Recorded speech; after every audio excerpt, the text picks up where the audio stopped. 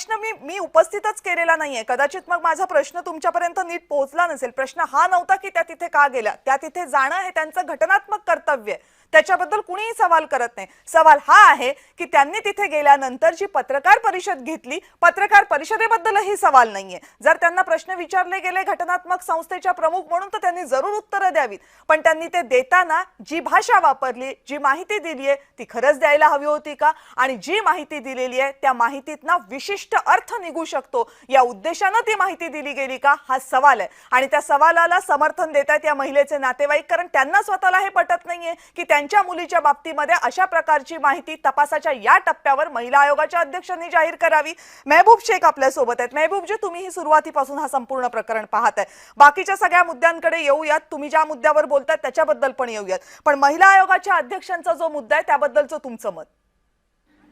कविता जी राजकीय गिधाडांना वाचवण्यासाठी किती खालच्या थराला जायचं याच्या सगळ्या मर्यादा ह्या प्रकरणात ओलांडून टाकल्यात.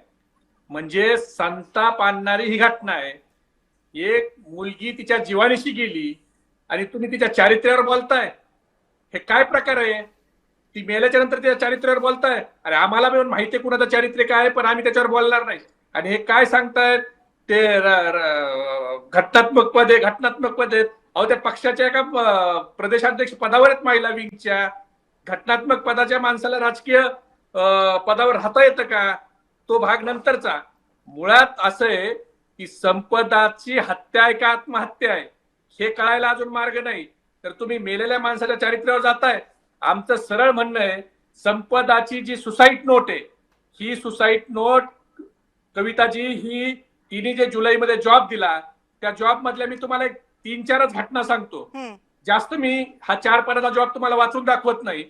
याच्यामध्ये तिने काय सांगितलंय, एक तर मला फिटनेस द्या म्हणून दबाव आणत होते, मुकदमाचे फिटनेस द्या म्हणून दबाव आणत होते.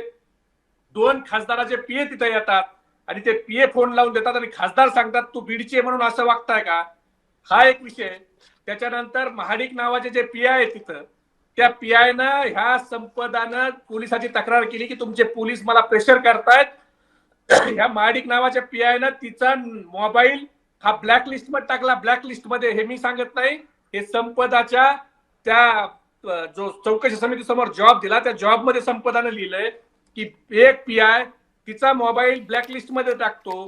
ती संपदा सांगते ह्या चौकशी समितीच्या समोर सांगते